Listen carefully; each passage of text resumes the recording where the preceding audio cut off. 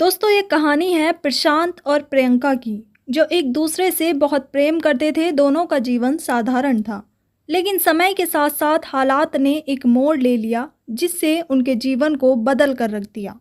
प्रशांत अभी हाल ही में एसपी बने थे। यह उनके जीवन का बड़ा सपना था, जो आखिरकार सच हुआ। एसपी बनने के बाद उन्होंने अपने सहकर्मियों के साथ एक नेक काम करने का फैसला किया। उन्होंने तय किया कि वे एक दिन गरीब लोगों को एक स्थानीय मंदिर के पास इकट्ठा करेंगे और अपने हाथों से उन्हें भोजन परोसेंगे। तय दिन पर प्रशांत और उनके साथी मंदिर पहुंचे। मंदिर के पास गरीबों की एक लंबी कतार लगाई गई थी और प्रशांत ने खुद अपने हाथों से सभी को भोजन परोसना शुरू किया। लोग उनके हाथों से भोजन पाकर प्रसन्न थे और वह भी यह काम बड़े उत्साह से कर रहे थे। जैसे जैसे प्रशांत कतार के अंत की ओर बढ़े, उनकी नज़र एक महिला पर पड़ी जो उन्हीं गरीब लोगों के बीच बैठी थी। महिला को देखते ही प्रशांत की आंखों में पुरानी यादें तैरने लगी। उन्हें अचानक वह समय याद आया जब वे और प्रियंका एक दूसरे के साथ थे। उन्होंने हैरान होते हुए उस महिला से कहा, प्रियंका तुम यहाँ।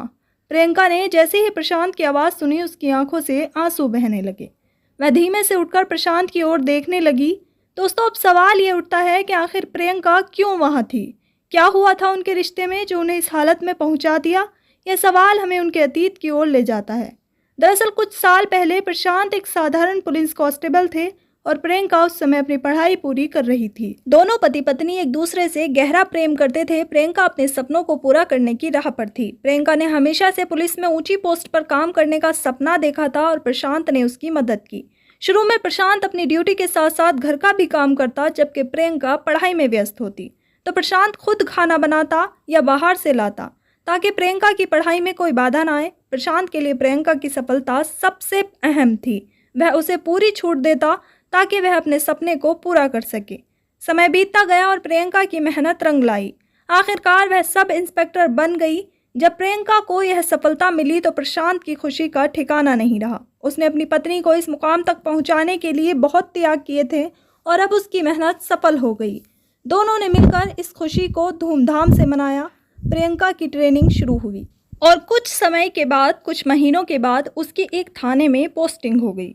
यहाँ से उसकी नई जिंदगी की शुरुआत हुई, लेकिन जल्द ही चुनौतियाँ भी सामने आने लगी। थाने में प्रियंका के सहकर्मियों को जब यह पता चला कि उसके पति प्रशांत एक कांस्टेबल हैं, तो कुछ लोग उसके बारे में उल्टी सीधी बातें करने लगे। वह कहते, तू तो सब इंस्पेक्टर बन गई है, लेकिन तेरा पति तो बस एक कांस्टेबल है। तुम्हारा तो अब रुतबा अलग होना चाहिए।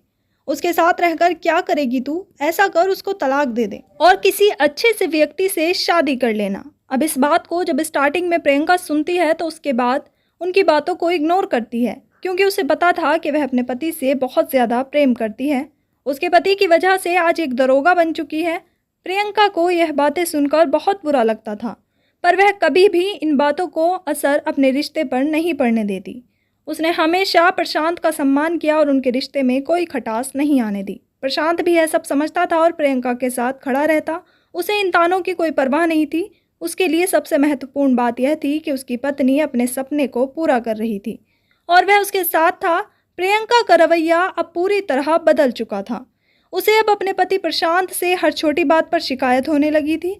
प्रशांत की सादगी और ईमानदारी, जो कभी प्रियंका को गर्व महसूस कराती थी, अब उसे बोझ लगने लगी थी।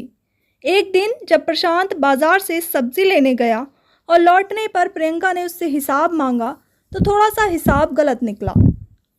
प्रशांत ने समझाने की कोशिश की कि कुछ पैसे गलती से दुकानदार के पास रह गए हैं, लेकिन प्रियंका ने इसे बड़ा मुद्दा बना लिया। उसने तंज कसते हुए कहा, तुमसे तो एक मामूली हिसाब भी नहीं संभलता, तुमने मेरी इज्जत मिट्टी में मिला दी। प्रशांत यह सब सुनकर बहुत आहत हुआ, लेकिन उसने शांत रहने की कोशिश की।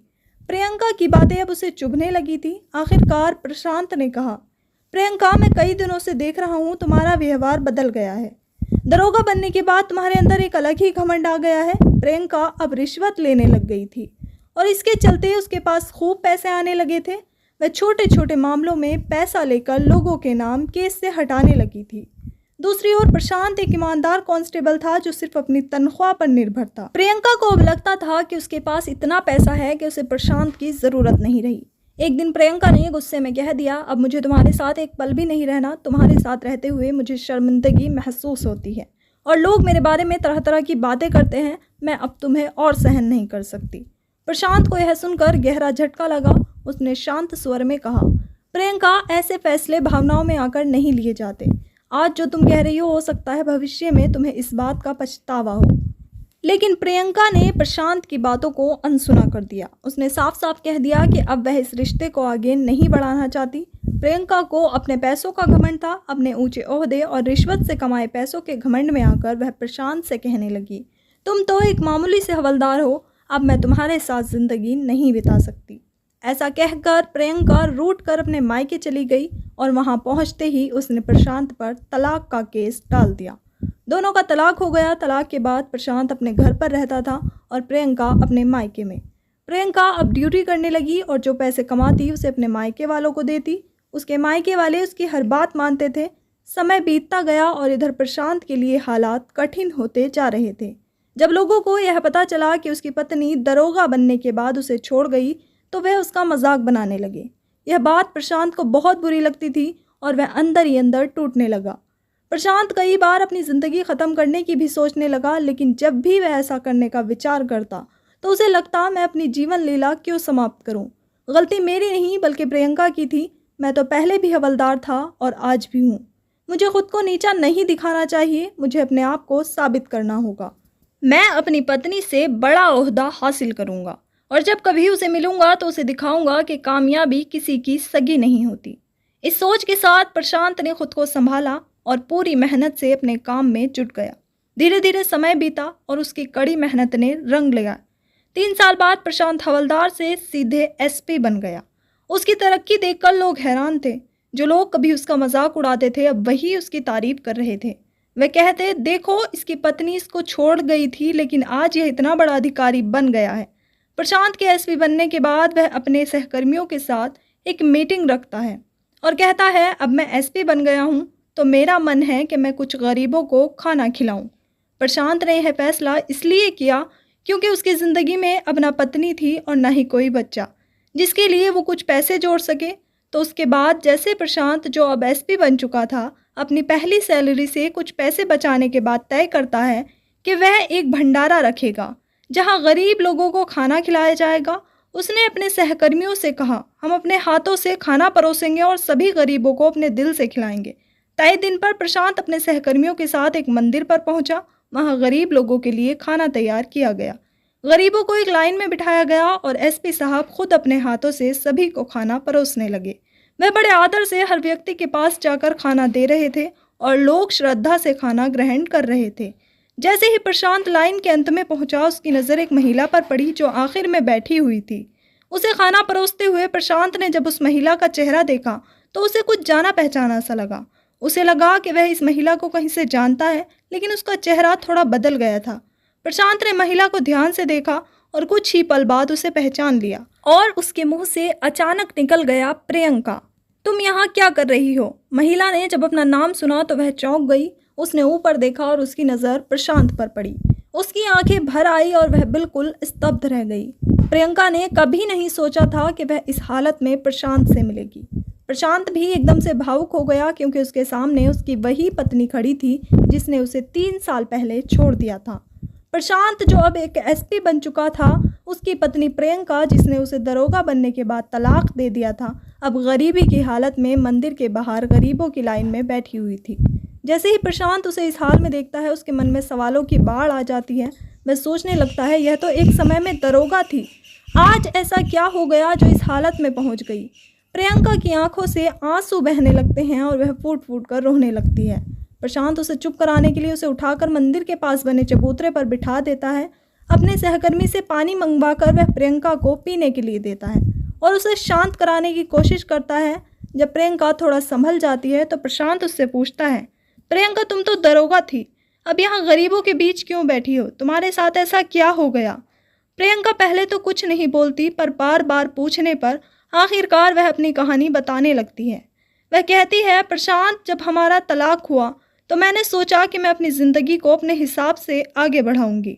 मैंने अपनी नौकरी छोड़ दी और गांव में सरपंच का चुनाव लड़ने का फैसला किया। मैंने अपने मायके वालों को पैसे दिए और वो लोग मेरी तारीफ़ करते थे। मुझे लगा कि अगर मैं सरपंच बन जाऊंगी तो और ज़्यादा पैसे कमा पाऊंगी। प्रियंका ने सरपंच बनने के लिए अपनी नौकरी से इस्तीफा दे दिया और अपने सारे पैसे चुनाव प्रचार में लगा दिए। लेकिन जब चुनाव के नतीजे आए तो उसे हार का सामना करना पड़ा। यह हार उसे एक गहरे सदमे में डाल गई, क्योंकि उसने अपनी सरकारी नौकरी छोड़ दी थी और चुनाव लड़ने के लिए अपने सारे पैसे लगा दिए थे। अब ना तो उसके पास पैसे थे और ना ही कोई नौकरी। प्रियंका ने भारी मन से कहा, मैंने सब कुछ खो दिया प्रशांत, ना नौकरी बची ना पैसा, और अब तो मेरे पास रहने का ठिकाना भी नहीं है। मैं इसलिए यहाँ हूँ गरीबों के बीच में, मेरे पास और कोई रास्ता नहीं बचा था। प्रशांत ने यह सब सुनकर एक गहरी सांस ली। उसे समझ आ गया कि जीवन में लालच और अहंकार किस तरह से इंसान को गिरा सकता है। प्रियंका ने अपने मायके में रहने के बाद देखा कि जब परिवार वालों को पैसे नहीं मिलते तो वे उसकी बातों को लेकर मजाक करने लगते।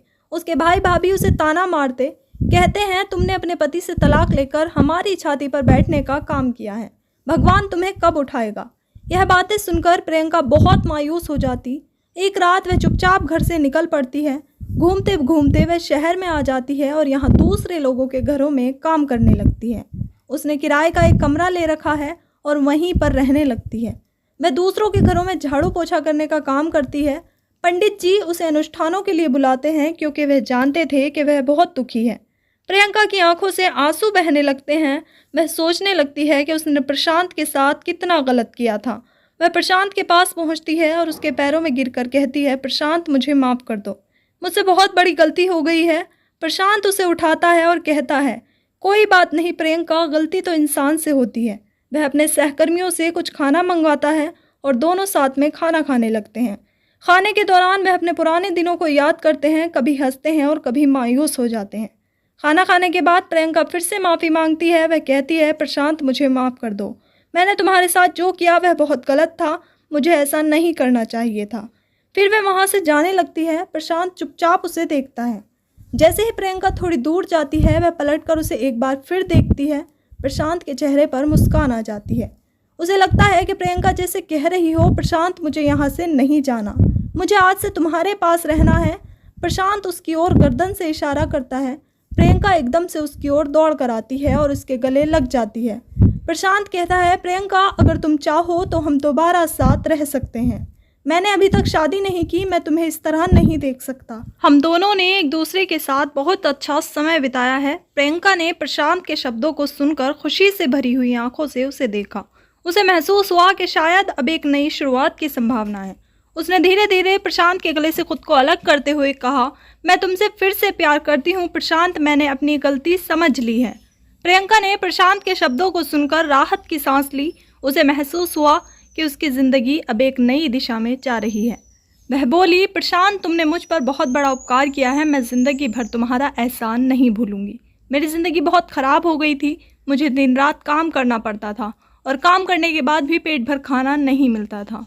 प्रशांत ने मुस्कुराते हुए कहा, कोई बात नहीं प्रियंका, जो हुआ उसे भूल जाओ, अब हम अपनी ज़िंदगी को अच्छे से जिएंगे। उसने प्रियंका की सभी गलतियों को माफ़ कर दिया और फिर उसी मंदिर में जहां उन्होंने पहले मिलकर भंडारा किया था, प्रियंका से शादी कर ली। इस बार शादी में उसके सहकर्मी भी शामिल हुए। जब प्रशांत ने अपने सहकर्मियों को इस शादी के बारे में बताया तो सभी ने उसे सराहा।